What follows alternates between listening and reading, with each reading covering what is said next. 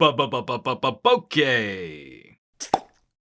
Camera comparisons are tough to stage. Folks don't always appreciate how small differences between cameras and apps can result in some pretty large differences in performance. I was curious to see how different versions of portrait modes might stack up against each other. I have a little mini camera showdown. For years now, we've been trying to improve the performance of smaller phone sensors and deliver more photographic images to improve the content creation capabilities for consumers out there. We can only push a tiny sensor so far, so software plays a large role in tricking the eye on where a photo came from. But there are other hardware solutions to consider. We can help software by adding dedicated sensors to track depth and distance. So picking two phones completely at random, right off the top of my head, the Pixel 4 represents some of the smartest software around for achieving social media ready photos. And the LG V60 is a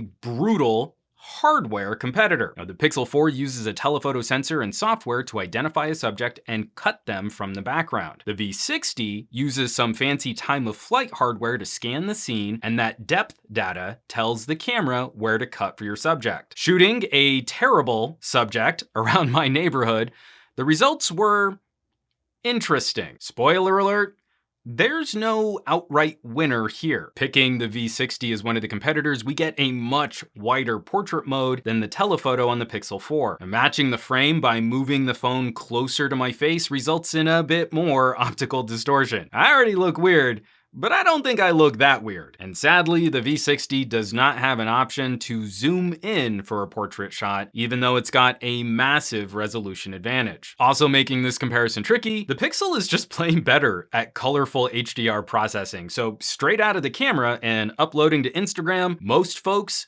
should prefer the one shutter button output on the Pixel. But that's not exactly what we're testing here. We want to look at the subject identification, cutting them out of the scene, and the quality of the background blur. Immediately, no contest. Google software is better at identifying edges around a subject. I was not kind. These are hard shots for an algorithm to sort out, with lots of background distractions. Now, the V60 does really well, surprisingly well, since portrait modes have never really been the strongest feature on LG cameras. But between the V60 and the Pixel, Google ekes out slightly better edge cutting around details like my hair. LG seems to rely on a slightly broader blur border to mask the transition from a subject in focus to the distance and blur effect. Only once for both phones did I find a critical cutting error, and honestly, this is a terrible setup no one would want to shoot for a portrait. That's how far I had to push the phones before they really borked on me. But time and time again, Pixel peeping the edges and cutting,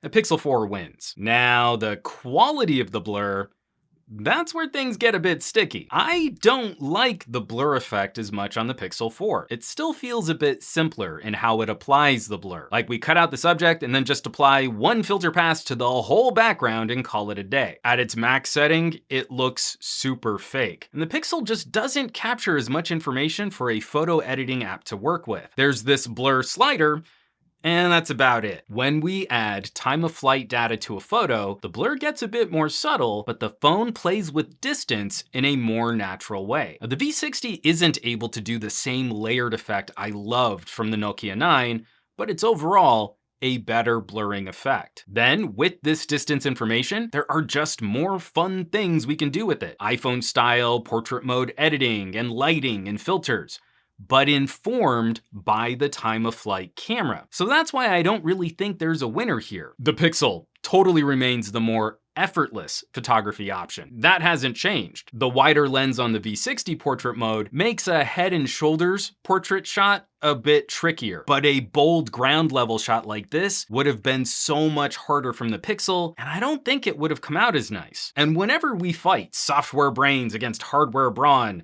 the real answer always lands somewhere in between. A V60 with smarter cutting algorithms, or the ability to zoom, would rock. Ditto, a Pixel with time of flight hardware. Something like that would be a monster. When it comes to getting more photographic images out of our phones more easily, time of flight sensors are becoming a feature to look out for. We just need to smush this stuff together to get the most out of hardware and software. Get some peanut butter jelly time. As always, thanks so much for watching, for sharing these videos, and subscribing to this channel. Finding some more fun showdowns on features and looking at ways to compare different devices. We're always looking to get more out of our pocket computers and have some fun with these lifestyle gadgets. If you would like to help support the production of those conversations, there are some links down below, or you might consider joining the list of names currently scrolling by on your screen. That's a fun, growing community of awesome, like-minded tech pals.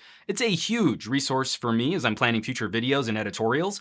Part of this conversation was inspired by a chat that we had on the Patreon. So I hope you'll check them out. Now, you know where you can find me around the rest of the internet at SomeGadgetGuy on the Twitters and the Twitch, and the Facebooks and the Instagrams. And I will catch you all on the next video. Oh, V60, I love your big hardware. Oh, Pixel 4, I totally dig on your software.